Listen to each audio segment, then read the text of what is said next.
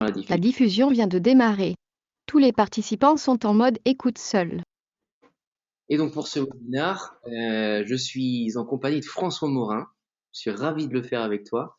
Donc qui représente l'entreprise Movency. Si tu peux peut-être juste très rapidement te présenter. Oui, donc effectivement, je suis cofondateur d'entreprise Movency. On a créé la boîte il y a 2 ans et on est dans les utilisateurs de la solution de mobility Tech Green sur la voiture auto-partagée qui a été mise en place au village Baïsia d'Ille-et-Vilaine. Tout à fait, c'est ça. Donc effectivement, on va parler peut-être en détail d'ailleurs de l'opérationnel si jamais vous avez des questions à ce niveau-là. En tout cas, l'idée, c'est vraiment de présenter comment est-ce que nous, on peut répondre à vos problématiques quand vous êtes soit dans du coworking, dans des incubateurs, où vous représentez aussi ces structures, ou alors carrément sur le milieu immobilier. Ce que vous le verrez, en fait, c'est quasiment la même architecture, que ce soit en termes de produits, mais aussi de solutions. Donc voilà, je vois qu'il y a encore pas mal de gens qui se connectent maintenant.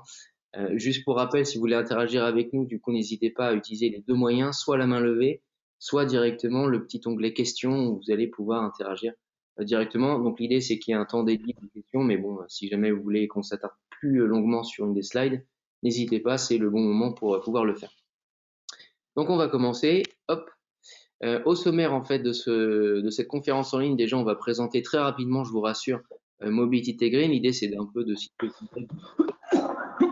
On aura aussi du coup une présentation de l'autopartage inter-entreprise. Donc c'est ce qu'on a fait par exemple avec Movency et Village by CA.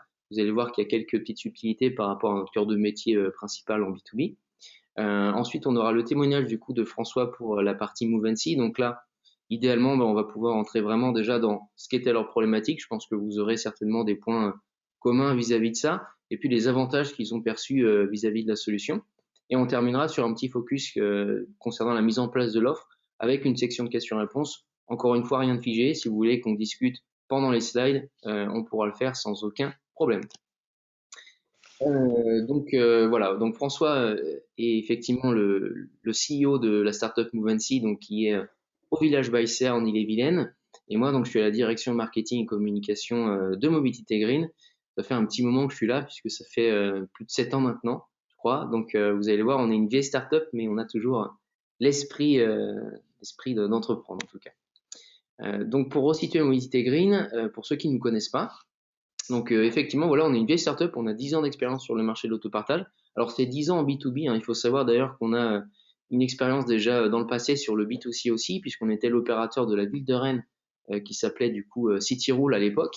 Voilà, donc on a 10 ans en B2B, mais on a quasiment 15 ans en fait sur l'autopartage au sens très large des choses.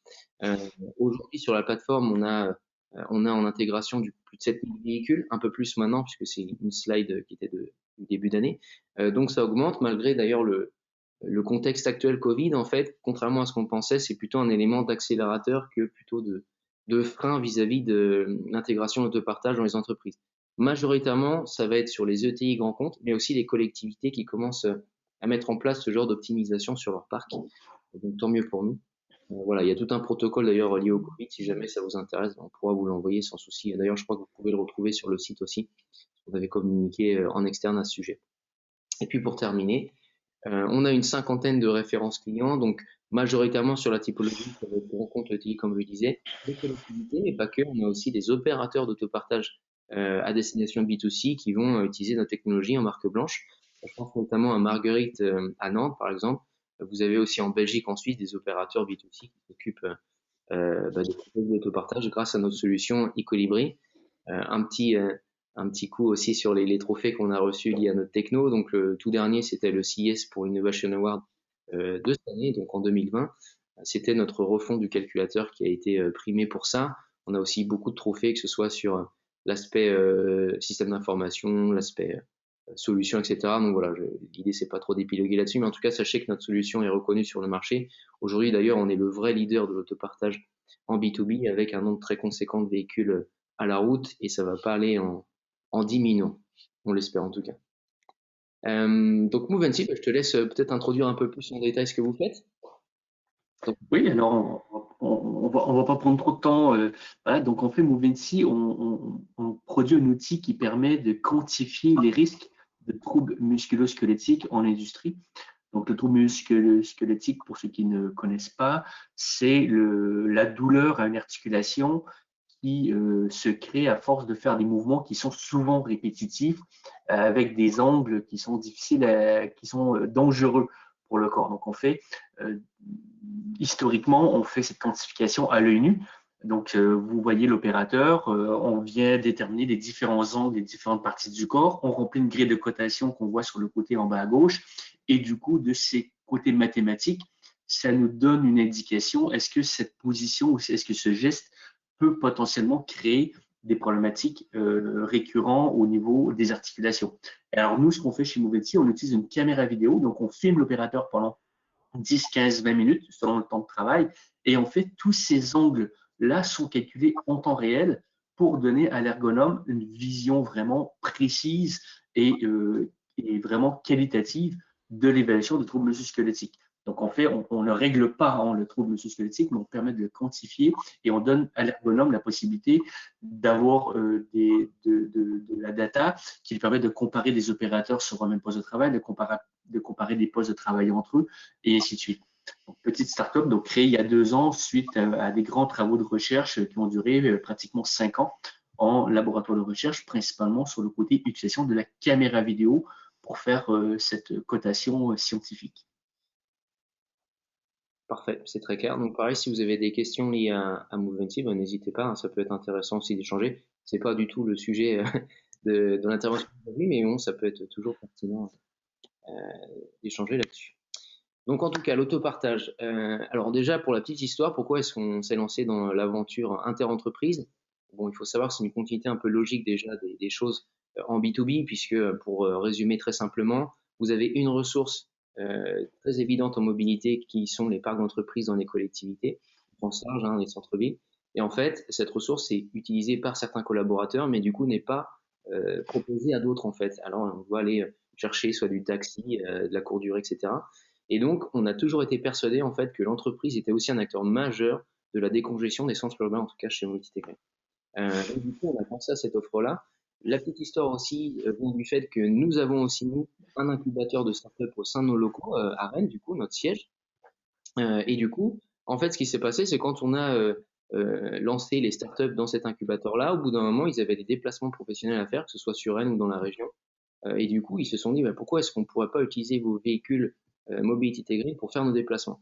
C'était totalement pertinent et en fait, effectivement, on leur a proposé un petit contrat d'interentreprise, un espèce de prototype, ça a très bien marché. Et on a rencontré pas mal d'autres structures qui sont dans le même cas que nous, des incubateurs, des coworking, etc., dont les startups ont des besoins de mobilité. Et François pourra nous en parler bien plus mieux que moi. Euh, et du coup, voilà, en fait, c'est né comme ça. Et c'est en fait une forme d'autopartage qui va prendre au fur et à mesure.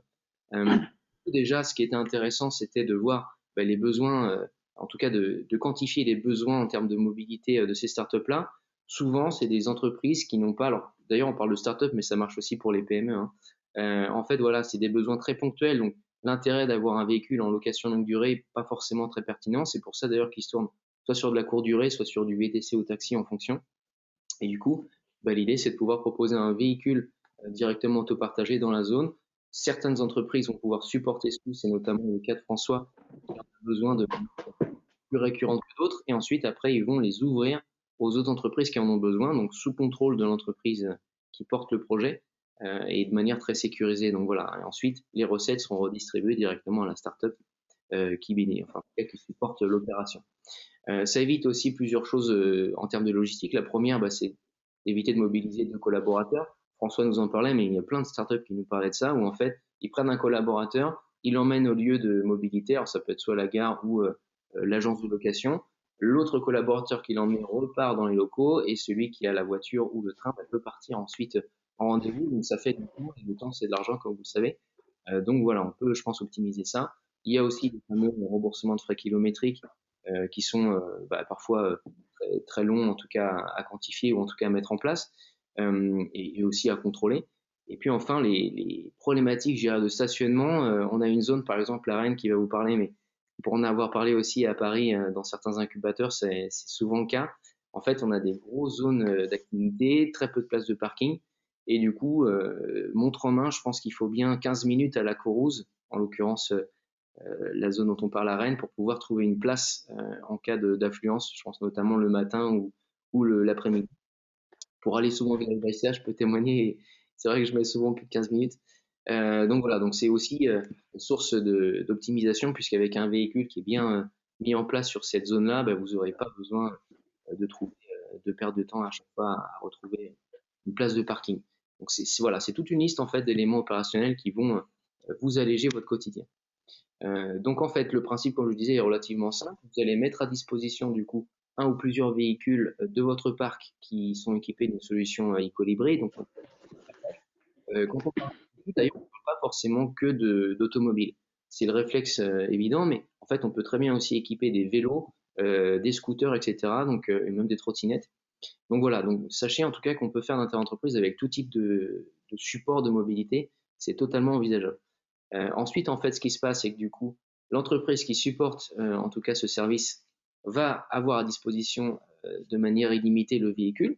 Donc nous, on paramètre avec eux directement tous les éléments liés au service, hein. Ça va être la grille tarifaire, les règles de paramétrage pour le service d'autopartage, le mode d'autopartage, etc.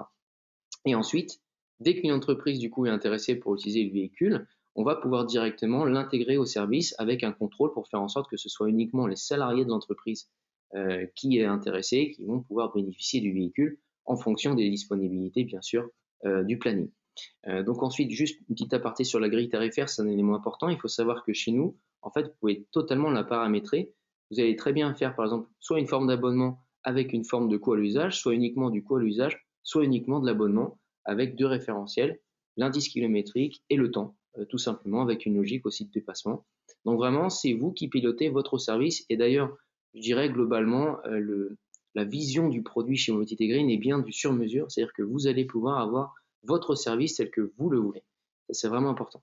Et puis pour terminer aussi, il y a souvent, alors ça c'est plutôt pour les acteurs de l'immobilier, je ne sais pas s'il y en a parmi l'audience, mais en tout cas, sachez que souvent, dans les incubateurs, par exemple, il y a des startup managers qui s'occupent de la gestion du service. Par contre, en immobilier, quand on a un programme immobilier et on veut intégrer, dans le cadre d'un PLU, par exemple, une réduction des places de parking en mettant un véhicule autopartagé, là, il y a souvent moins de volonté de gérer opérationnellement le service. Bon, dans ces cas-là, sachez qu'on a aussi possibilité de pouvoir le faire à votre place, de pouvoir directement incrémenter les nouveaux utilisateurs, retirer ceux qui ne sont plus dans le service, s'occuper de la gestion des véhicules, que ce soit le nettoyage, le convoyage s'il y a besoin. Enfin voilà, il y a tout un tas de packs de services qu'on peut vous proposer pour vous alléger cette partie gestion.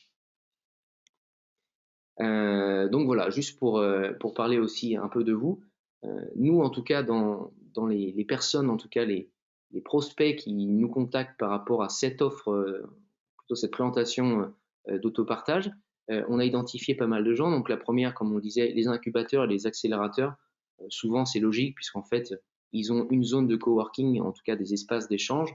Ils n'ont pas forcément de véhicules dédiés pour proposer ça à leurs collaborateurs. C'est intéressant, vous allez le voir, puisque ça permet déjà d'avoir un petit truc en plus, en tout cas proposé aux startups. Alors on en parlait d'ailleurs avec François et les Village by CA. C'est vrai que l'idée d'avoir par exemple un contrat premium à proposer aux startups en intégrant du coup un moyen de mobilité, je trouve que c'est assez pertinent et ça permet de se différencier sur l'offre d'incubation sur le territoire. Donc c'est plutôt pertinent. Et puis aussi, ça permet, mine de rien, de pouvoir faire des économies à vos startups. Quand on connaît le contexte actuel, c'est plutôt pertinent de pouvoir proposer ce genre de choses-là quand on est dans l'accompagnement d'entités entreprises. Les coworking aussi, c'est exactement la même chose. Il y a peut-être une petite subtilité aussi, c'est par rapport aux revenus, puisqu'en fait, on va dire que l'opération peut être relativement rentable, voire très rentable, puisque quand on regarde quelques exemples de POC, de Proof of Concept qu'on fait aujourd'hui, typiquement une offre découverte, sans trahir de secret, on va être sur 250 € hors taxe pour 3 mois pour avoir un véhicule autopartagé et que vous puissiez découvrir la solution et voir si ça marche ou pas. Et quand on regarde avec une grille tarifaire qui est relativement simple, c'est pas des coûts énormes au kilomètre et à l'heure, et on se rend compte que finalement, une réservation d'une entreprise qui fait juste un trajet simple, Rennes-Nantes ou Rennes-Rouen, va rembourser comme une grosse partie du loyer du véhicule et potentiellement aussi dégager des bénéfices. Donc c'est pas l'objectif principal du service. Pour autant, même en B2B d'ailleurs, on a des clients qui remboursent une partie de leur loyer, voire l'intégralité du loyer, uniquement avec l'option Pro Perso. qui est en fait la possibilité de pouvoir réserver les véhicules soir et week-end par les collaborateurs. Donc là, en l'occurrence, même les réservations pro peuvent être facturées, puisqu'on est bien sur une entreprise externe qui utilise votre véhicule. Donc les deux sont possibles. D'ailleurs, si vous voulez ouvrir votre véhicule en réservation perso, vous pouvez très bien le faire dans le cadre de l'interentreprise. C'est même d'ailleurs conseillé. Et puis le dernier point, c'est les promoteurs immobiliers. On a aussi beaucoup de demandes. Alors quand je dis beaucoup, c'est énormément. On en a quasiment une par jour en ce moment de projets immobiliers où ils veulent absolument mettre, enfin, vous voulez mettre d'ailleurs peut-être, de l'autopartage ou en tout cas des mobilités partagées au sein des immeubles qui vont être à construire. Donc dans ces cas-là, c'est intéressant puisque comme on le disait, le prix au mètre carré du parking, bah, vous allez pouvoir faire des économies en mettant en place ce genre de solution. Et puis aussi, ça vous permet d'avoir une empreinte carbone qui est relativement diminuée grâce à l'intégration de l'autopartage, notamment électrique. Donc dans le cadre de normes BBC, etc., c'est vraiment assez pertinent. Et puis ça vous permettra aussi d'avoir cette image un peu différenciante puisque le fait d'intégrer de la mobilité directement dans le programme immobilier, c'est un élément important et je sais que ça parle. Il y a peut-être juste une dernière notion, alors qu'on n'a pas mis dans la slide, mais qui peut vous parler, c'est la notion d'inclusivité. Et d'ailleurs, ça marche pour l'ensemble des autres acteurs aussi. Si jamais vous avez des collaborateurs ou des gens, des locataires par exemple de votre immeuble, qui n'ont pas le permis mais qui souhaitent quand même se déplacer, hein, c'est logique, et bien vous avez cette dimension d'inclusivité puisque dans le cadre de l'autopartage, on peut ouvrir les trajets au covoiturage. Donc ça, c'est pertinent. Quelqu'un qui n'a pas le permis peut quand même se déplacer avec quelqu'un d'autre qui, du coup, fait le même trajet que lui, ou en tout cas une partie du trajet. Donc voilà, c'est une norme à pas négliger, puisqu'en termes de RSE, ça a plutôt un impact assez positif. Pour aller aussi sur cette partie autopartage, ensuite je laisserai la main à François. En tout cas, sachez qu'il y a plusieurs formes d'autopartage. La plus classique et la plus évidente, je dirais, pour un service interentreprise, c'est qu'on l'a imaginé avec les incubateurs, ça va être la boucle. C'est ce qu'on a d'ailleurs à 80% dans notre catalogue de clients. En fait, c'est je prends mon véhicule d'un parking de référence et je ramène systématiquement le véhicule au parking de référence quand j'ai terminé du coup mon déplacement. Donc vous avez bien sûr un arrêt intermédiaire pour faire votre rendez-vous et ensuite vous revenez évidemment au parking de référence. Donc ça, c'est un moyen très simple de pouvoir contrôler l'efficacité du service et surtout d'avoir moins de frais, moins de coûts logistiques que d'autres services que vous allez voir. Notamment, on peut parler du free floating. En fait, le free floating, c'est tout simplement laisser le véhicule dans une zone délimitée, ce qu'on appelle du geofencing. Et dans ces cas-là, vous pouvez prendre le véhicule directement sans réservation et le laisser n'importe où dans la zone. Alors c'est intéressant, sauf que le problème, c'est que si vous avez des zones qui sont en forte demande de mobilité et d'autres qui ont plus de véhicules du coup parce qu'ils ont été emmenés un peu partout, il va falloir les ramener. Donc soit vous avez un système dans le soft qui permet de faire des retours à 1 euro, ce qui se fait souvent en location. Pour autant, voilà, il faut avoir cette contrainte-là à l'esprit. C'est très simple, très, très agréable, mais pour autant, il y a quelques limitations. Ensuite, vous avez une forme qui est aussi concomitante avec la boucle, c'est-à-dire que vous pouvez faire de la prise à la volée. Vous n'avez pas besoin de faire de réservation directement avec l'outil, soit le front office, soit l'application mobile. Vous passez votre badge directement sur le véhicule, vous le prenez à la volée, vous partez directement avec le véhicule. Donc ça peut marcher aussi en boucle. Et puis l'intercite, c'est une dernière forme d'autopartage qu'on fait notamment avec des gros clients, notamment Orange, où en fait ils ont pas mal de sites en France. Et du coup, en fait, ce qui se passe, c'est qu'un collaborateur, imaginons de Orange Nantes, va pouvoir prendre un véhicule à Nantes et le laisser ensuite à Rennes directement, et l'autre, dans le sens inverse, pourra aussi s'effectuer, c'est-à-dire un collaborateur de Rennes pourra ramener le véhicule à Nantes sans problème. Donc ça marche bien. Ça peut aussi marcher en intrasite. Je pense notamment aux hôpitaux qui ont pas mal de petits pôles à relier directement. Et donc dans ces cas-là, on peut très bien mettre en place des véhicules autopartagés au sein d'un service et ensuite il va pouvoir dispatcher les autres pôles directement avec cette solution. On avait d'ailleurs dans le cadre du Covid fait un plan de solidarité avec les hôpitaux. Donc vu la situation, on sera peut-être amené à le refaire. En tout cas, sachez que ça marche aussi dans n'importe quelle situation. Et je laisse la main à Movency pour présenter sa mobilité. Alors, bonjour. Donc, merci Alexandre. Donc, effectivement, chez Movency, on a pensé à la solution de mobilité partagée. Principalement, c'est qu'on arrivait à un stade où on avait quand même beaucoup de rendez-vous chez les clients, mais pas nécessairement de façon régulière. Jamais dans les mêmes destinations, souvent complexes d'atteindre par le train ou des choses comme ça. Donc, on commence à avoir un certain volume. Alors, soit on demandait aux salariés de prendre leur voiture personnelle et là, on remboursait les frais kilométriques, mais avec les barèmes fiscaux légaux, ça revenait quand même relativement cher. ou alors on se disait bah là c'est trop cher, vaut mieux louer une voiture, ou le collaborateur n'avait pas de voiture. Et là, bah, c'était la complexité, comme l'évoquait Alexandre, de devoir aller à deux personnes pour aller chercher une voiture, ou de dire bah, un collaborateur, laisse ta voiture dans un parking payant, trouve une place de parking pour pas avoir à payer le parking, des choses comme ça. Donc, il y avait une certaine complexité. Et donc, on a commencé à se poser la question en disant, est-ce qu'on ne devrait pas avoir une voiture de société? Sauf que quand on regardait le prix qu'il y avait, la gestion du véhicule, pour l'utilité qu'on en avait, on se disait oui, c'est utile certaines fois, et dans d'autres occasions, ce n'est pas, parce qu'on peut être un mois, des fois, sans avoir de rendez-vous chez un client ou pas de rendez-vous nécessitant un besoin de voiture de type de société. Et en plus, c'est souvent le côté un peu impromptu de la demande, c'est-à-dire qu'il y a quelqu'un qui nous appelle en disant oui, tiens, il faudrait nous voir pour demain du côté de Brest. Et là, ben, appel en catastrophe au niveau des loueurs de voitures. Est-ce qu'il y a encore une voiture de disponible? Où est-ce qu'elle est? Et tout ça. Et donc, la réflexion s'est faite en disant mais pourquoi on louerait une voiture et pourquoi on ne pourrait pas le faire à plusieurs en fait? Et on s'est rappelé qu'il existait Mobilité Green que j'avais déjà vu par le passé dans une autre vie, si je puis dire. Et donc, du coup, le contact s'est fait comme ça, puisqu'ils étaient un peu dans l'écosystème du village Basset, en disant, mais tiens, ça peut être une bonne solution, puisque ça permet de louer cette voiture, de l'avoir à disposition, mais n'ayant pas la charge personnellement pour l'entreprise de l'occuper à temps complet, bah, c'est éviter d'avoir cette insatisfaction de dire bah, j'ai une voiture de location, mais en même temps, je ne m'en sers pas.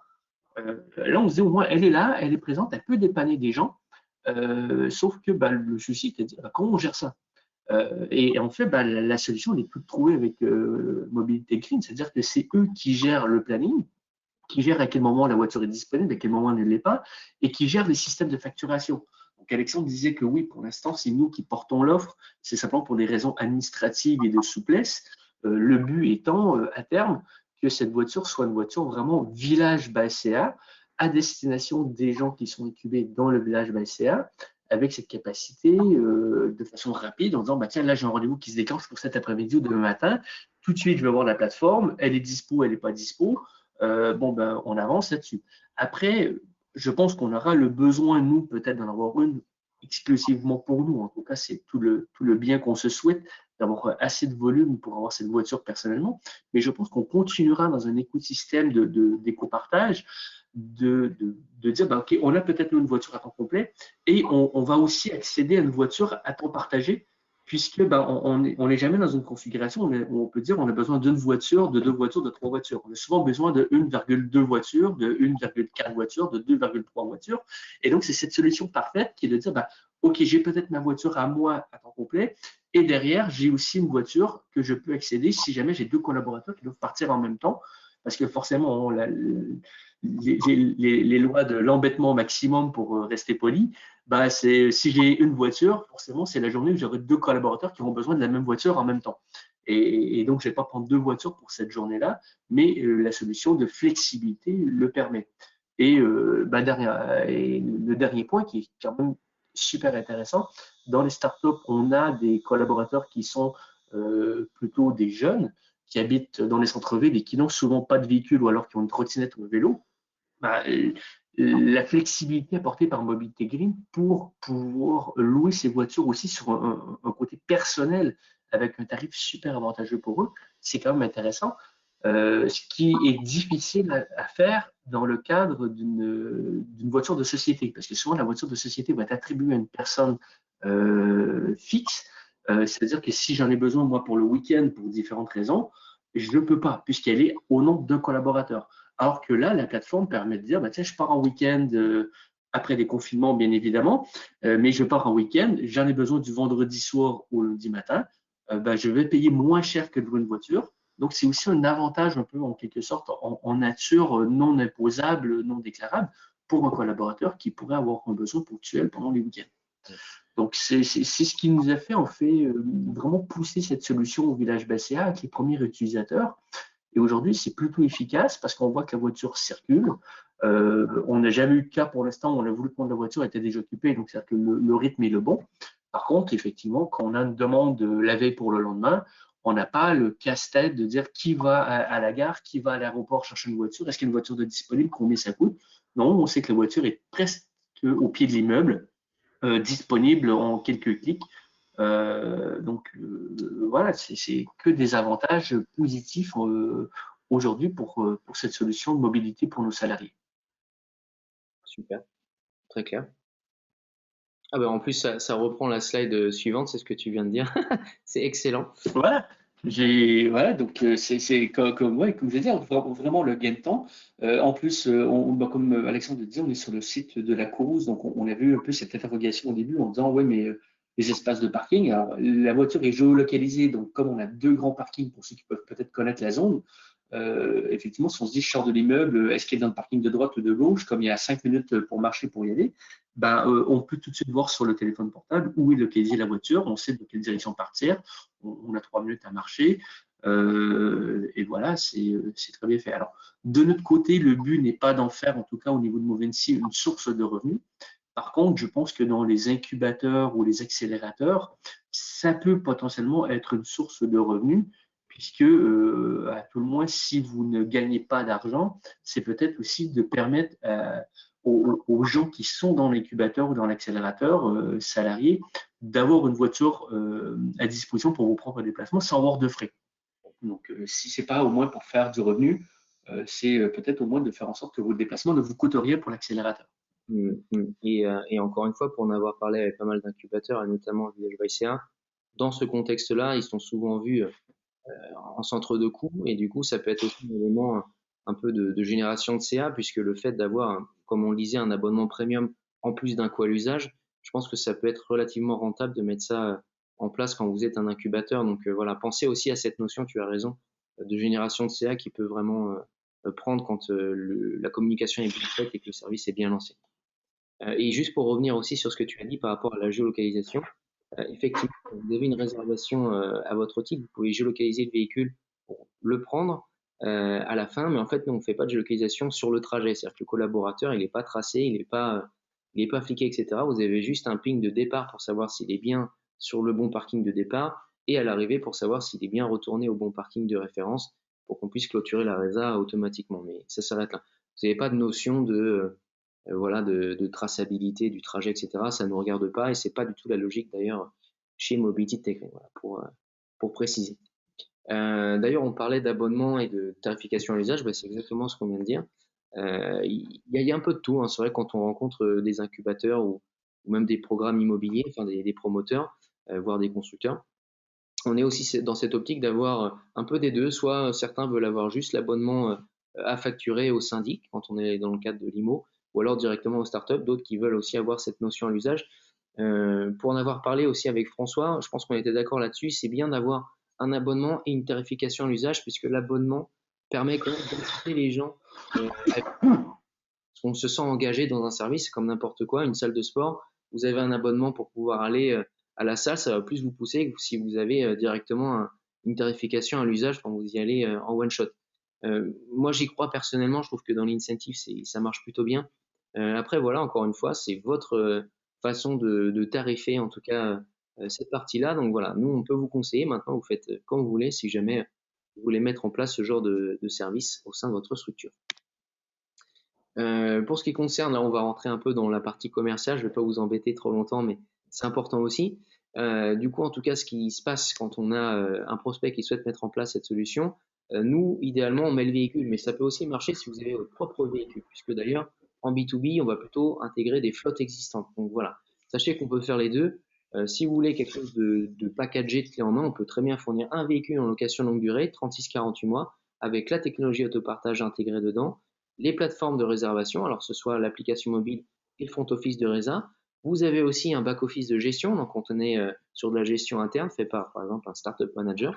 Vous pouvez très bien piloter du coup les Reza, piloter qui va s'inscrire ou pas au service, créer des contrats, des facturations, des formules, etc. Tout, vous pouvez vraiment tout gérer avec cet outil de back office. Vous disposez aussi d'un support téléphonique, donc on est assez fiers de ça. On a un support dans nos locaux au siège. Et puis aussi, si vous voulez faire du pro perso, donc l'utilisation soir et week-end pour vos collaborateurs, on peut aussi avoir un call center 24/7 qui est aussi en France. On a forcément aussi la formation à faire, et c'est un élément important de bien communiquer quand on lance ce service. Parce que des fois, quand on se retrouve devant un véhicule électrique qu'on n'est pas forcément habitué à utiliser, par exemple la recharge, bah, ça peut perturber. Les gens ont une petite crainte, hein, c'est l'humain, c'est normal. Donc voilà, faut les rassurer. Et une fois que la première démo est faite, ils sont super convaincus et utilisent très souvent le service. Donc voilà, mais faites bien de la pédagogie. Il y a une petite conduite de changement à faire à ce niveau-là. On peut aussi assurer le nettoyage des véhicules. Et aussi, alors ça c'est plutôt côté immobilier, mais pourquoi pas aussi pour les autres personas, les installations de bornes et de recharge. On a aussi des partenaires qui peuvent nous accompagner et du coup vous accompagner sur l'installation de bornes quand vous voulez mettre du véhicule électrique. En François en parlait tout à l'heure, c'est vrai que idéalement, et c'est plutôt ce qui est en train de se profiler, c'est bien les structures d'incubateurs qui vont porter ces projets-là, hein. Je pense au village, mais il y en a d'autres aussi qui sont intéressés par cette forme-là. C'est bien eux qui portent le projet et du coup, ils ont aussi cette volonté d'intégrer un petit mix avec de la trottinette, du vélo, etc. Sachant en plus qu'il y a des petites synergies qui se mettent en place. On parle d'interentreprise. Si jamais, imaginons, vous êtes un incubateur qui est relié à une autre structure un peu plus grosse, alors je ne donnerai pas de nom, mais vous voyez de quel genre de structure je veux parler, hein, de banque, etc. Et bien, sachez d'ailleurs que s'ils ont des véhicules à disposition, on peut très bien aussi les mettre à disposition de vos startups quand vous êtes un incubateur. Donc, ça peut être aussi une solution. Voilà, il y a plein de ressources, comme on le disait, et c'est exactement ce qu'a résumé François. Il y a des ressources. Un véhicule, ça reste 95% de son temps à l'arrêt quand c'est un véhicule personnel ou dédié à un collaborateur. Faites-le rouler. Voilà, optimisez l'utilisation, ce qu'on appelle le TCO, le coût total d'usage d'un véhicule. C'est hyper important. Et puis pour terminer, du coup, on est sur la partie échange. Donc si vous avez des questions, si vous voulez peut-être demander par exemple des choses à que ce soit à François ou à moi par rapport au service, que ce soit l'opérationnel, par rapport à peut-être un de vos besoins, ben, n'hésitez pas, c'est le bon moment. Je rappelle juste, vous avez deux solutions. Soit vous levez la main et on vous prend directement à l'antenne, soit sinon vous pouvez aussi poser votre question dans l'onglet questions et on pourra y répondre directement. Je vous laisse la main. Et s'il n'y en a pas, il n'y en a pas. Il n'y a pas de problème. En tout cas, on espère que ça a été clair pour vous. Encore une fois, pour ceux qui veulent télécharger la documentation, je meuble en attendant, hein. Si vous voulez télécharger la documentation, vous avez le document à télécharger directement dans l'outil. Si vous avez le moindre doute ou un problème pour le récupérer, vous nous envoyez un mail à communication@mobilitygreen.com et on se chargera de vous l'envoyer sans problème.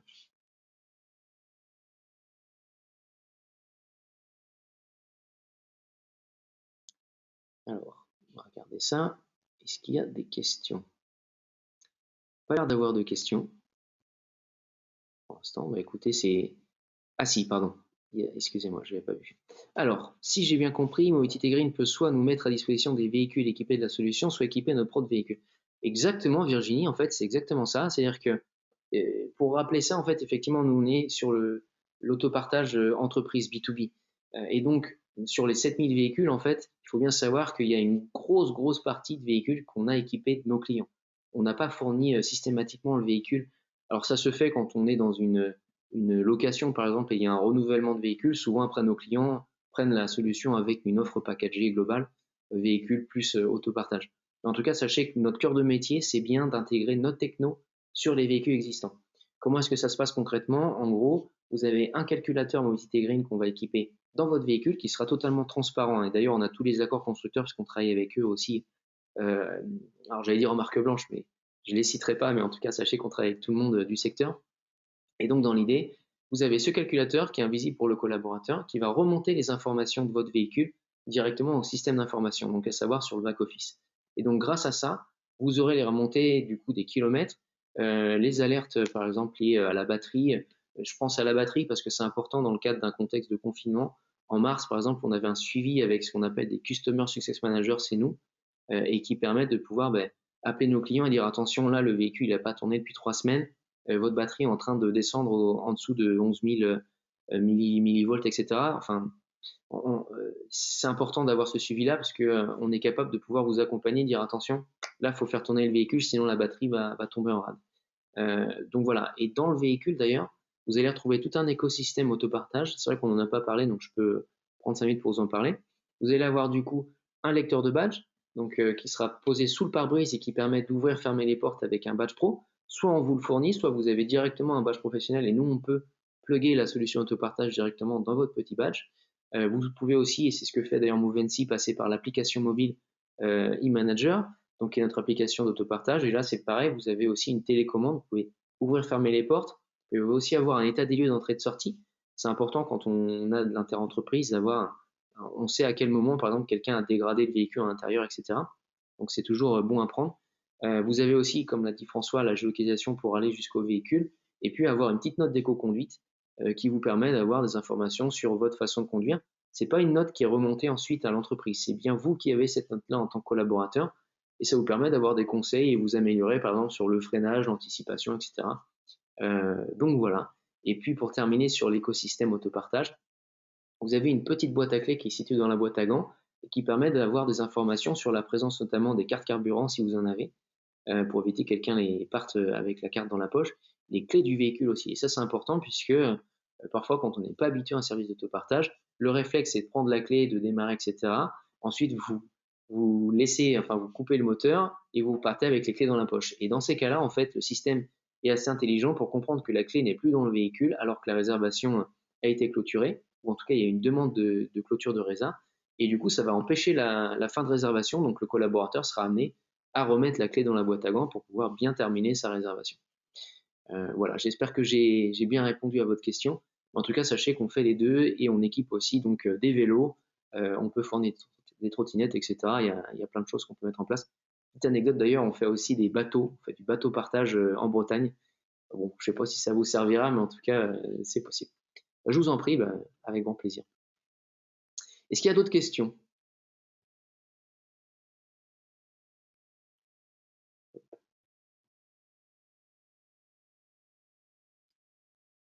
Ça a l'air d'être bon, je vérifie encore.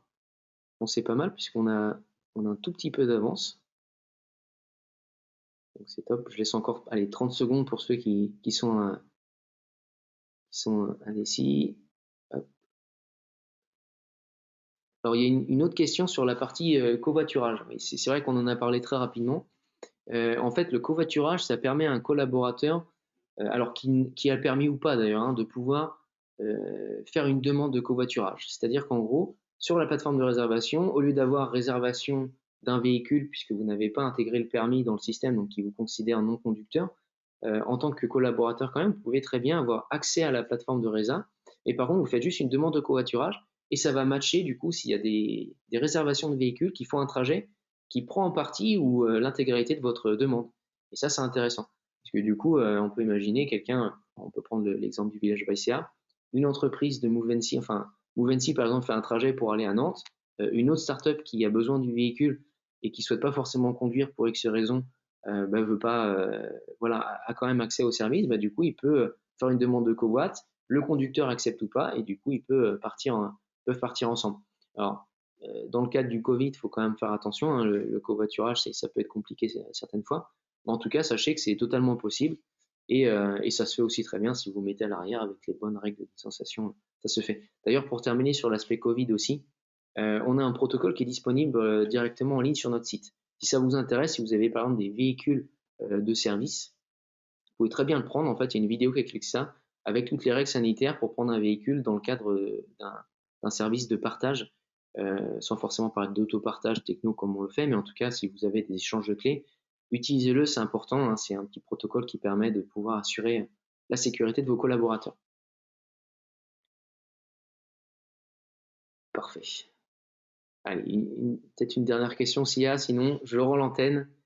En tout cas, j'étais ravi de faire ce webinaire avec François, quelqu'un que j'apprécie bien et je trouve que la philosophie de Movency correspond bien avec MTG.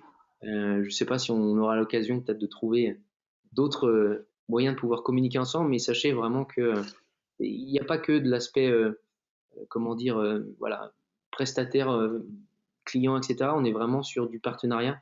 Et ça, c'est vrai que ça nous plaît bien. Cette approche-là humaine, c'est vraiment, ça fait partie de notre ADN.